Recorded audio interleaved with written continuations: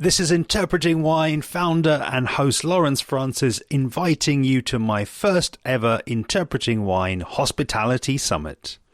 This first of its kind audio event takes place from Monday the 28th of September until Thursday the 1st of October and will feature a diverse range of voices from London hospitality. Attendees gain early access to episodes over the 4-day event, and each episode will feature a different figure from the London hospitality scene, sharing stories and practical tips to help you navigate these uncertain times.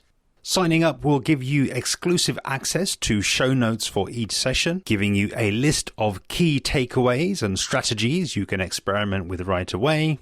And you will also get access to the Interpreting Wine Hospitality Summit private Facebook group, where you can discuss each session and access behind-the-scenes content. To sign up for this free event, just head to interpretingwine.com/summit.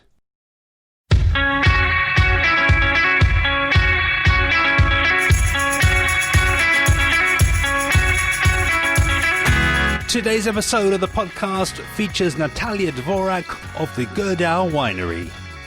Continuing my journey in the Czech Republic at the Gurdau Winery in the village of Kurdějov, we hear the story of how the region's vineyards fell into disrepair, reducing from 400 hectares to 0 as recently as the 1960s. Before taking a deep dive into the operations of the winery, its famous winemaking mentor, and plans to grow their footprint sustainably and sensitively to their picturesque surroundings. And with 80% of their production focusing on Riesling, we do the same for the tasting component, tasting recent vintages of the village, premium and sweet styles of Riesling, before they look ahead to the evolution of this very young project. Enjoy! I'm kind of a stranger in this business because not only I'm from Slovakia and I'm a girl, which is not that often, like you were talking to Dominika, which is one of the few women winemaker, and she's really amazing. So I'm really glad that there is more and more girls now. And so not only I'm from Slovakia, I actually started to drink wine after I moved to Brno. Slovakia is a bit more about spirits. And I was working in a French restaurant in Brno for like 5 years during my university. I also went to London for like 4 months of working, to United States. So it was all really interesting to put all the experiences together. And in this time, I really fell in love with food. I really fell in love with wine. But I was studying management and marketing, so I was like, I should probably do something more similar to my field of study. So I was working in marketing for many years. But I was still drawn back to the wine and food, and I did like a sommelier course just for fun, just for me. And shortly after that, my husband was doing this charity calendar. It was called Pro zdravou půdu, which means for a healthy soil. And the purpose was to gain money for the planting more trees, so the soil is more healthy and strong, and keeping the water. And in this time I was talking to Jaromír Gala, like if he wanted to join the project, because we were trying to pick up the best winemakers in here and also different ones. So something was biodynamic, something was like a normal winery, small one, big ones, girls, boys, so everything you can find. So I was asking him if he wanted to join the project, and he said like, yeah, sure, why not? And if you're tired of marketing, we can get you some job. I'm like, what kind of job? Yeah, because I was really interested, because I always wanted to work with them. And he said that they are looking somebody to work specifically for the Gurdau, because until that time, until last year, it was like a sub-brand. It was under the Gala, so they were doing all the distribution, all the marketing. But of course, it's a nice brand, and it could be on its own feet. And also, we are building the wine house from this year on. It's from 7th of July. So we are building a separate wine house here in Kurdějov. So I think we have a lot of work ahead of us. At the moment, we are sitting in the vineyards in Kurdějov. It's a small village, like 30 minutes from Brno, where was the last podcast. And it's like really small village in the middle of nowhere. It's surrounded by hills, so it has a really specific atmosphere. And the winery is called Gurdau, and it's a reference to the old German name. Kurdějov was once called Gurdau. It actually has many names in the time, but it really was like a German village for a long time. So that's why we've chosen it, because in that time there was lots of vineyards. There was like 400 vineyards, like 400 hectares of the vineyards here. But it got all destroyed because the history of the Kurdějov is really interesting, and it was attacked many times, and it had some difficult times. And in these times, people were kind of like all dragged around or killed, and there was like only few people left, and nobody was having like time or capacity to take care of the vineyards. So it got really... It was in a really bad shape. And in 60s it was all destroyed, so it went from 400 hectares to 0. And it was like this for many years. It was like this until Gurdau Winery, the establishers planted the first 7 hectares of the vineyards. Establishers are Jaromír Gala, which is quite famous, and for me one of the best winemakers in here, which I always wanted to cooperate with, and Zdeněk Hort, who has a different type of businesses, but he's really wine fanatic, so I think that's a good combination. And they made this winery specifically for Riesling. So 80% of our production is Riesling. It's supposed to stay like this, even though we are going to add a few more hectares. We would like to go up to 10. So it's still really small, but we want to focus on the quality. So it's not supposed to be like a huge winery where you can get many types of varieties. At this moment we have Veltliner, Pinot Blanc and Riesling. We would like to add one red cuvée, but it's in like 1 or 2 years it's going to be planted. We planted more Riesling this year, so it's really all about the Riesling. Brilliant to get a bit of the history and the context. I was, very much drawn to coming and touring and speaking with you today because from what I saw, on social media and the website it was a young project, and I think it's always important that in wine regions all around the world that you have new and young winemakers coming through. It's obviously important that you have new people coming through who are drinking wine, and that there are new people being attracted into wine. But I also think that the two kind of go hand in hand, and that it's something that will kind of naturally flow from that. If you have younger winemakers coming through and younger marketers coming through, then that's going to kind of bring more young people drinking, and I think give the industry and give the category a much brighter kind of future. I really like as well, though, from the story that you kind of introduced Jaromír Gala and you've introduced his kind of association as well with the project. So I wonder if you wouldn't mind, just kind of putting a little bit into context, the way that he is, very experienced winemaker, kind of, is working with this project on a sort of an ongoing basis. Sure. So the winemaker who actually established Gurdau Winery is Jaromír Gala. As I was saying, he has his brand of the wines, Gala, and it's really famous in Czech Republic because he's really different. He's actually living basically on a farm now, so he has like horses and cows and sheep, so it's amazingly romantic place, and they are producing these elegant wines. It's really clear, elegant. So at this moment Jaromír Gala is like a mentor of the Gurdau Winery. He's like garant of a quality, I would say, because his wines are really amazing. We want to make sure that our wines are also clear, mineral, really nicely drinkable. And I think in Czech Republic he's pretty famous because his wines are amazing, and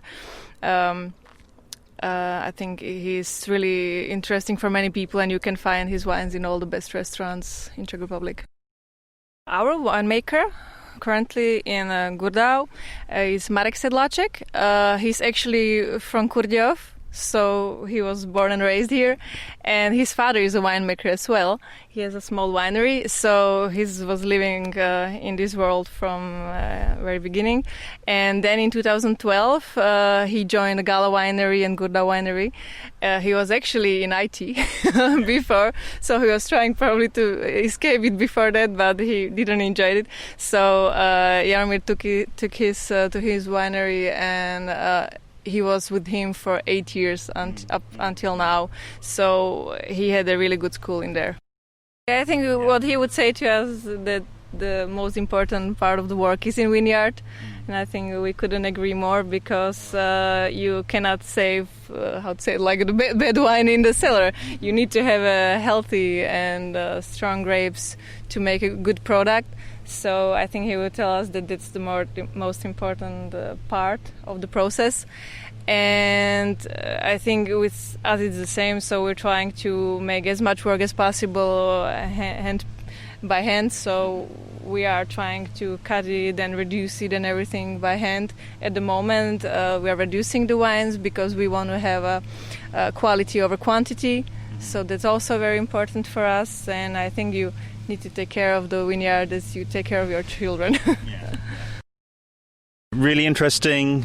I love the idea of mentorship and kind of passing over knowledge, and I think it's great when you've got that link, I guess, in terms of philosophy matching up, and I think these are, in terms of prioritizing the grapes and prioritizing the soil, I think these are certainly philosophies that I hold very dear, and I'm convinced that it ends up making better wine.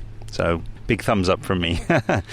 And you really, I think, set me and set yourself up very nicely here to, I guess, try to capture a little bit of this amazing spot that we're in. So we've driven 2 to 3 minutes up the hill from and above Kurdějov. So we're sitting next to one of the vineyards, and we're looking down the rows. It's a pretty special spot that we're here. I would just, I guess, invite you to just sort of talk about what we're looking at here, and feel free to bring in anything around the philosophy, I guess, and how what we're seeing here, which is absolutely teeming with life and teeming with energy, how did that sort of come to be, and how has that sort of evolved over its lifetime? So we are now in Kurdějov on the top of the hill, and you can see it's a really nice small valley. Actually, the microclimate is really amazing because it's so closed, so it's protecting the hills from the weather. So it's really interesting, and also the soil is great for Rieslings. It's like a clay, limestone, and loess. So actually, this place was chosen specifically to have amazing Rieslings, and we are having these wines which are really low, and there's like 6,600 wines per hectare. So we are trying to make it as concentrated as possible, so the roots go really deep and get the best from the soil. And as I said, we are trying to do as much as possible with hands and not to mess with the nature. We are trying to live with it. And also the wine house is going to be built in the middle of the vineyards, and it's not supposed to be like a huge cube. It's supposed to be like a really low building with grass on the roof. So when you see it, when you're coming to Kurdějov or driving to Kurdějov, you can see just the small part of it about the Gothic church. So it looks like it's really in connect with the local nature. It's really somehow like part of the vineyard itself. When we want to talk about the philosophy, we would probably say that we are trying to be minimalistic, in touch with the nature, and respectful. We have respect for this village, we have respect for these varieties which we are planting here, we have respect for the nature itself.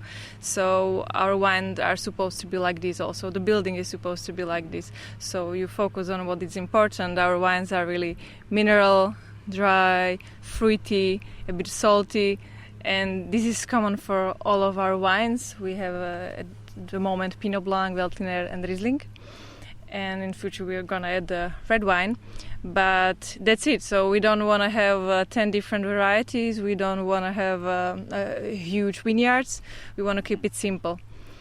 So 10 hectares, 3 varieties, and just a good job. So we're trying to not to ruin the nature which is here normally. So we're trying not to cut it that often. We are trying to maintain it so it's living its own life a bit. Okay. So we have 3 different vineyards. Right now we are in Vinohradky, which is our biggest vineyard. This is 4 hectares. And in this one you can find all of 3 varieties. So it's Pinot Blanc, Veltliner and Riesling. And we have one more on that side, which is called Stará Hora. In translation, it's like an old mountain. Mm-hmm. And in there you can find only Riesling. And actually this is where our premium line is coming from this southeastern slope. And so we have it on the bottle now, like Riesling Stará Hora, when it's from specific vineyard, specific premium line. And from this year we have a new slope which is called Lipiny, and it's directly to the south. So it has like all of these are mostly to south oriented. So it has a lot of sun. The exposure is really amazing here. So on the Lipiny we also planted just Riesling. So as I was saying, it's supposed to be like 80% of production all the time. And just when I thought this couldn't get any better, you've brought out really a full range of the wines that are being produced, selecting from the Pinot Blanc, from the Riesling and from the Veltliner. I think for the purposes of today, I think what would be really helpful, I think interesting for me and for the listener, is to kind of really do a deep dive on your specialty. You know, at the end of the day, still being a relatively young winery, obviously, you know, making moves now away from Gala and kind of standing on your own 2 feet, and then you coming on board to open out the profile. So yeah, I think let's focus on the Riesling, which is at the end of the day 80% of the production, and this is where I think my listeners are most likely to meet the Gurdau brand. I brought 2017, but also 2019. What is really important that these vineyards are really young. It was planted in 2013, and you can see that every year it's becoming like better and better. You can see the difference. You can see the roots are deeper and the wine is more full. We are trying to make as like least possible interventions to the wine. We are trying to keep it in their real nature. We are trying to make it to taste like a variety itself. Mm-hmm. So I would say that we are trying to play a bit more with Riesling.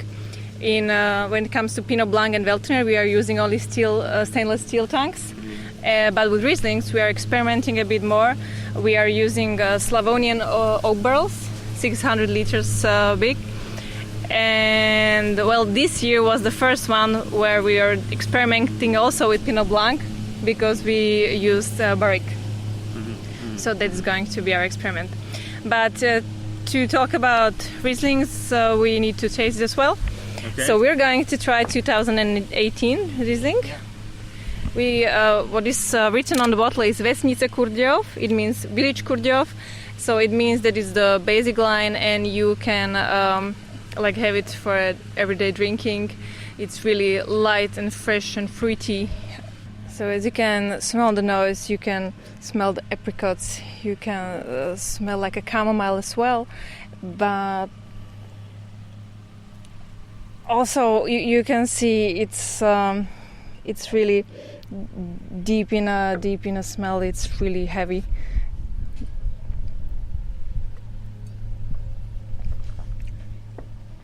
So this wine is fresh. It's really fruity, but also it has its fullness. The difference between our basic line and premium line is when you can see it with your eye, you see that basic line has a screw cap. That means it has a lower potential to keep it in your cellar. You can keep it up to 3 years, and higher line, premium line, you can keep it up to 10 years. So that's the difference. That's why we use screw cap, because it makes sense for the wines that you want to drink while they are fresh and fruity at the time. So 2019 is actually nuts. We are not selling it at the moment because we want to keep the wines in a bottle for a while. It needs some time. So this one was bottled this one was bottled in April, and the premium line was bottled just a few days ago. So it still needs some time to get calm and just to stabilize a bit. So now we're going to try Riesling 2019. And even though it's young, you probably wouldn't tell it by the smell.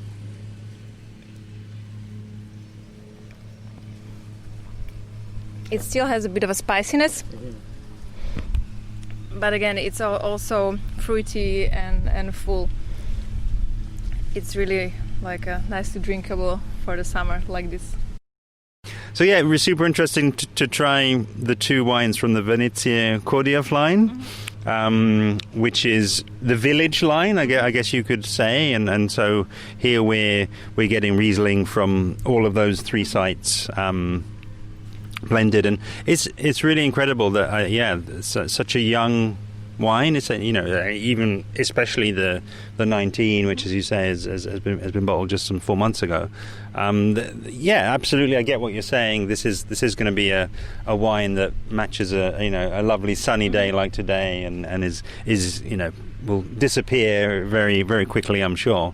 But I am finding a lot more complexity, I would say, sort of, especially on the finish, as you, I think, rightly point out. It's not just fruit, there is a sort of a herbaceousness tinge to the fruit characteristic, but then yes, certainly mineral, a saline, or whatever sort of descriptor makes sense there. But I always think of that as quite a savoury kind of characteristic on the finish, and then certainly one that you'd be happy to have with food as well. This isn't just a sort of a simple wine that you can kind of just drink and forget. There's actually some depth here as well, and that's super exciting, I think, given how young the vines are and how young the vintages are as well. So when we're talking about our baseline, it's mostly in stainless steel tanks. In Riesling, it's also for 4 to 5 months on the oak wood barrel. So with this premium line, it's a bit different because we have a bigger amount on the Slavonian oak barrels, and also it's there for a longer time. So with this Riesling Stará Hora, which means the old mountain, and it's just from the small southeast-oriented slope, it was 10 months.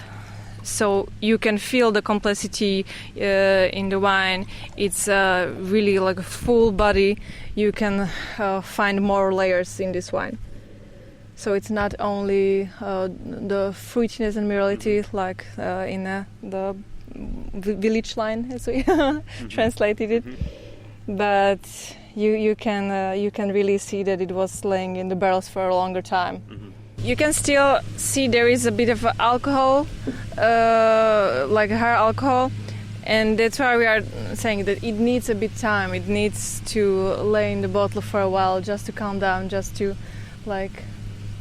get ready. Yeah. The barrels are not new. They were like up to 3 years old, and we are using them every year ever since.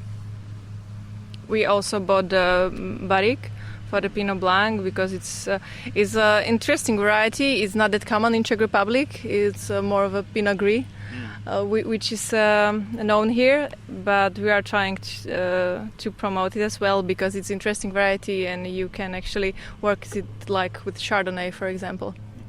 Oh, we are also using lees, so we are keeping it on the lees for a few months. So the difference with the lees is that with basic line, it's only lying on the lees. But with the premium line, we are actually like mixing it. Sure. So it gets more intense flavor from the lees.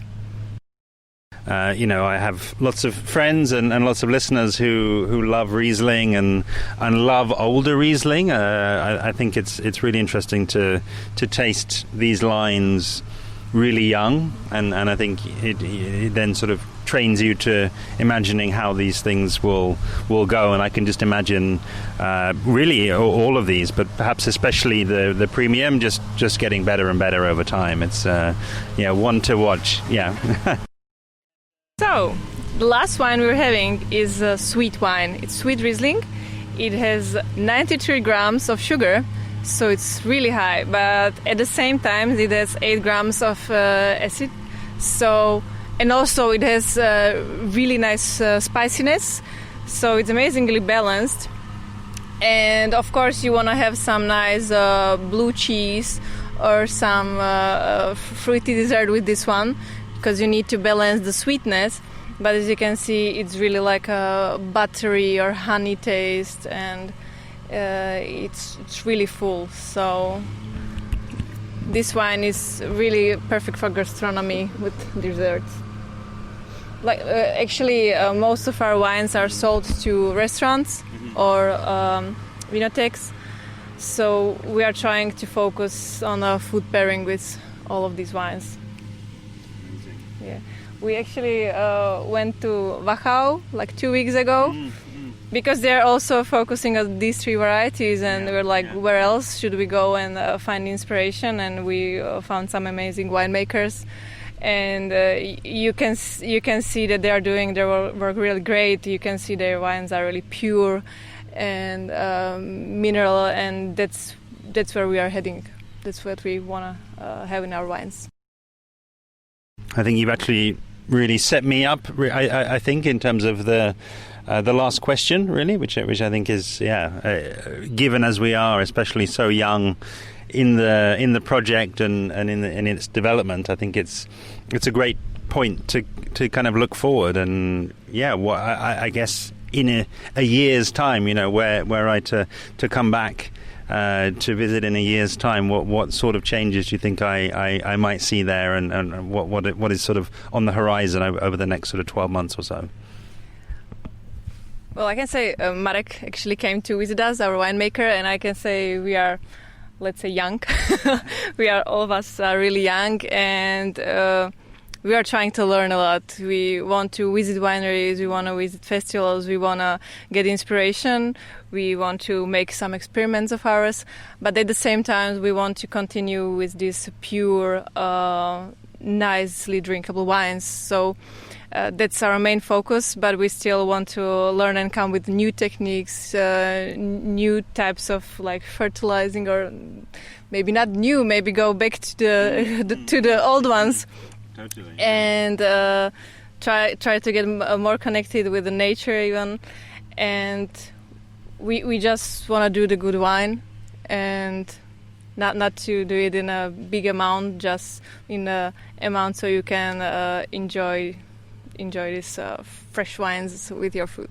The plan to finish the winery is for the next vintage. We are still optimistic, but the building is quite huge, so we want to be realistic at the same time. But the wine house is going to be really nice, and I think it's going to attract even more people. But until then, we have a time to just work on the wine and focus on it, and try to bring the best out of it. Because the potential of Kurdějov is huge. The winemaking history is was really going such a long time, but we are actually starting from the scratch almost because all of it was destroyed. So we are trying to refine the potential and get the best out of this amazing place. Thank you so much, Natalia, for your time. It was an absolutely brilliant spot to taste and look out over the vineyards. And I can't wait to check back in on how you're proceeding in the coming years. Do check below for the website and main social media handles for the Gurdau Winery. And if you're not already, I would love to have you following along with me on social media, where I'm at Interpreting Wine on Instagram and Facebook, at Wine Podcast on Twitter, and email hello@interpretingwine.com. See you next time.